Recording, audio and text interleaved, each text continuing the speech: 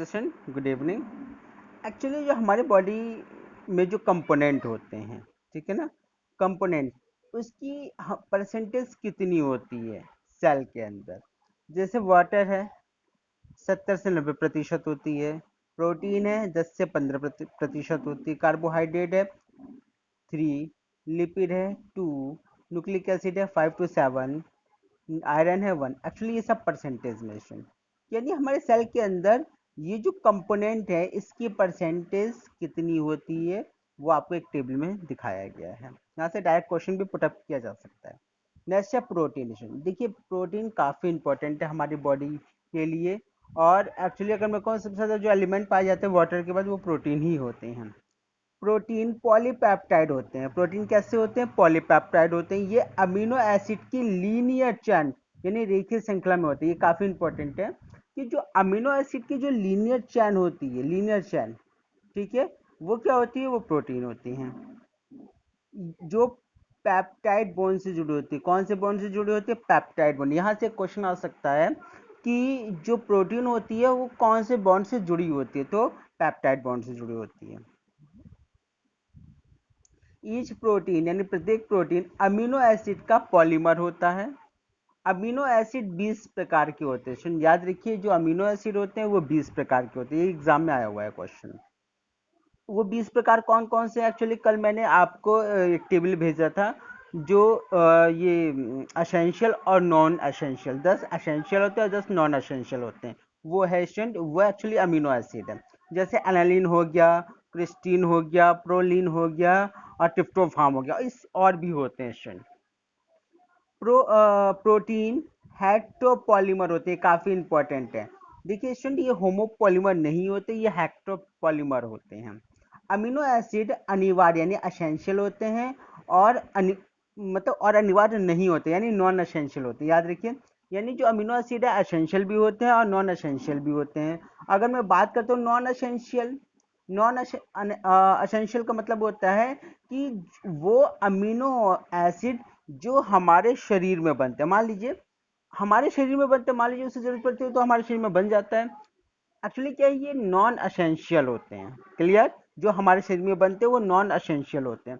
और असेंशियल यानी अनिवार्य कौन से होते हैं? जो हमारे फूड से प्राप्त होते हैं। असेंशियल यानी अनिवार्य अमीनो एसिड की आपूर्ति फूड से होती है यानी हमारे भोजन से होती है।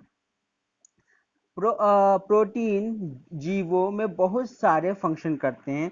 कुछ न्यूट्रिएंट की सेल मेम्ब्रेन से होकर ट्रांसपोर्ट करते हैं। कुछ जो इन्फेक्शन ऑर्गेनिज्म होते हैं उससे हमारे शरीर को बचाते हैं। जैसे ग्लाइकोप्रोटीनेशन, जो हमारी सेल होते हैं उसमें ग्लाइकोप्रोटीन होता है। कोई भी ऑर्गेनिज्म आपने देखा होगा कि कोई भी वायरस मान लीजिए हमारे शरीर में एंटर करता है तो सेल के अंदर से ग्लाइकोप्रोटीन सिक्रिएट होते हैं जो इसके इन्फेक्शन को क्या करते हैं? रोकते हैं। तो यहाँ पर जो इन्फेक्शन ऑर्गेनिज्म होते हैं यानी जो ऑर्गेनिज्म बाहर से हमारे शरीर में एंटर करते हैं तो उसे रोकने का काम ग्लाइकोप्रोटीन का करता है। यानी ये क्या होती है? ये भी प्रोटीन होते हैं क्योंकि इसका नाम है ग्लाइकोप्रोटीन, यानी ग्लाइको और प्रोटीन हेल्प करते हैं। ठीक है, कुछ एंजाइम के रूप में होते हैं। स्टूडेंट याद रखिए प्रोटीन क्या होते हैं? एंजाइम होते हैं। ठीक है, यानी अगर मैं क्वेश्चन एक से जाने, सभी एंजाइम यानी जितने भी एंजाइम होते हैं सभी क्या होते हैं? प्रोटीन होते हैं। लेकिन सभी प्रोटीन एंजाइम नहीं होते। सभी प्रोटीन एंजाइम नहीं होते, यानी जितने भी एंजाइम होंगे वो तो प्रोटीन होगा ही, लेकिन सभी प्रोटीन एंजाइम नहीं होते। यस, अब प्रोटीन की संरचना देखिए। प्रोटीन में जल अपघटन से प्राप्त, जल अपघटन का मतलब हाइड्रोलाइसिस से प्राप्त अल्फा अमीनो अम्ल के मिश्रण यानी मिक्सचर द्वारा ज्ञात होता है। अल्फा अमीनो एसिड प्रोटीन की स्ट्रक्चर यूनिट होती है, काफी इंपॉर्टेंट है। जो अल्फा अमीनो एसिड होता है वो प्रोटीन की स्ट्रक्चरल यूनिट होती है।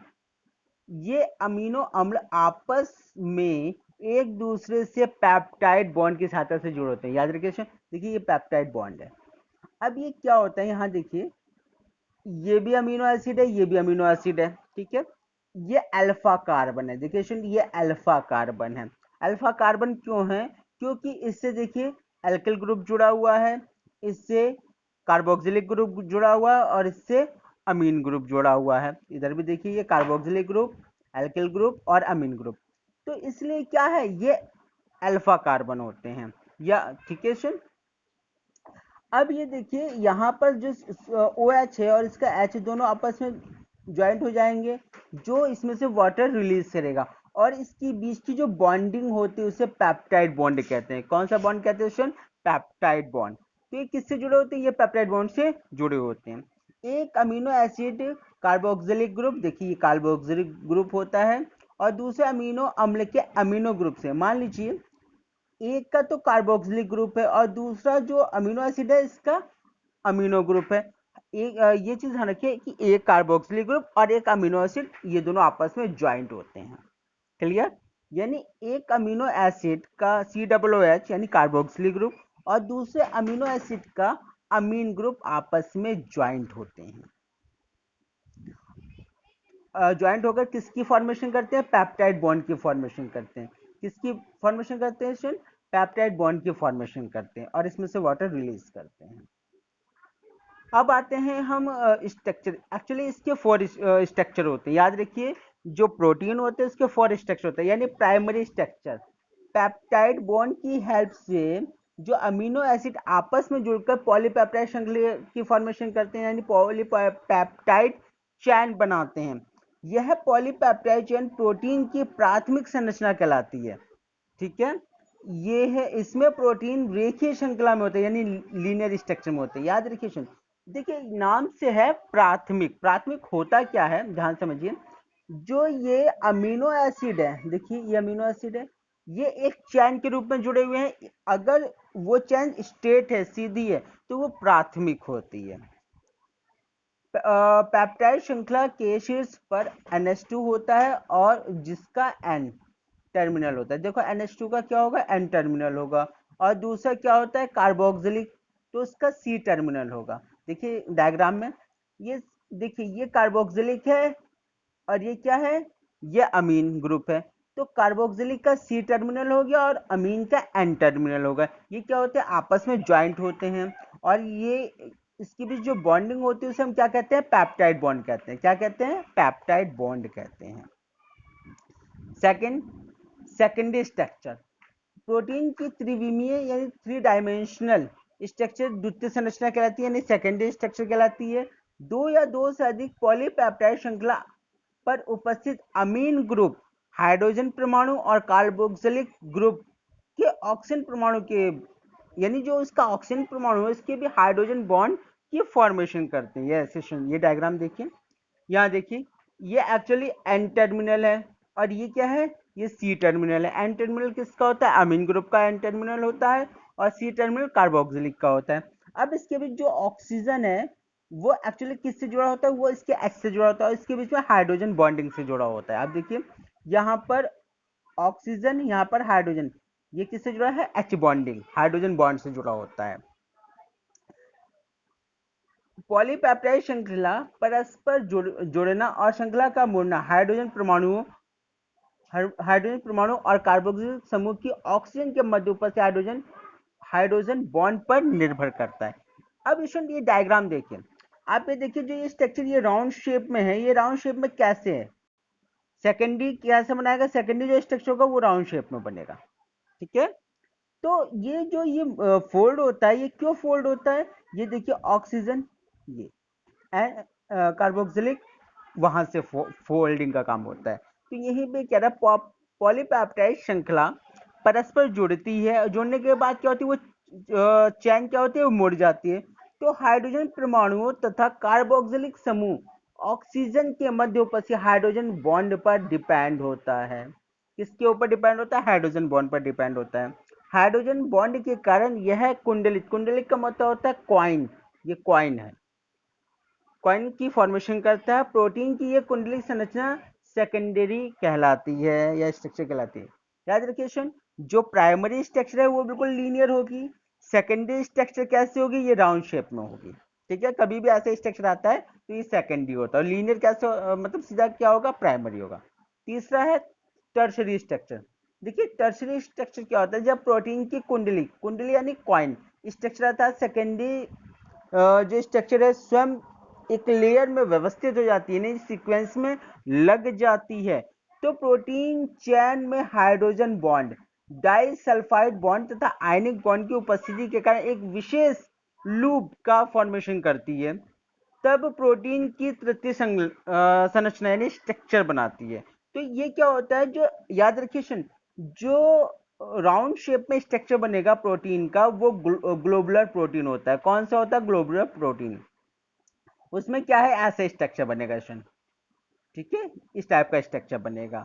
ये देखिए आप, ये जो स्ट्रक्चर आप देख रहे हैं ना, ये ये सब ये कैसा होगा, ये टर्शरी होगा, ठीक है सुन, याद रखिए, प्राइमरी स्टेट होगा, सेकेंडरी राउंड शेप में होगा, एंड टर्शरी क्या ऐसा होगा, एक कॉइन लाइक स्ट्रक्चर होगा, और बिल्कुल क्या होगा, आपस में गुथे हुए होते हैं।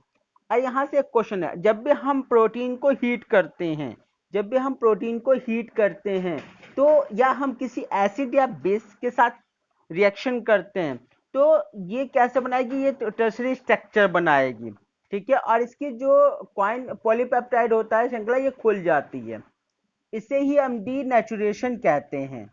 ये एक्चुअली आपने देखा होगा, जैसे मिल्क है, आपने उसमें लेमन डाल दिया, नींबू डाल दिया, तो दूध क्या होता है, फट जाता है, यानी उसका जो प्रोटीन होगा वो कैसा हो जाएगा, वो उसका ब्रेकडाउन हो जाएगा, वो टूट जाएगा। इस प्रोसेस को हम डीनेचुरेशन कहते हैं। या आपने देखा होगा कि हम दूध को गर्म करते करते उसकी स्ट्रेंथ कम हो जाती है, कम हो जाती है, जब जल जाता है तो हम दोबारा तो नहीं बना सकते ना वही चीज, तो वो क्या होती है, वो डीनेचर हो जाती है। या मैं कहूं, दूध से आप दही बनाते हैं, जब दूध से दही बनाते हैं तो दही बनने के बाद क्या आप उसे दूध में दोबारा बना सकते हैं? नहीं बना सकते हैं ना, तो वो क्या होती है, डीनेचर हो जाती है।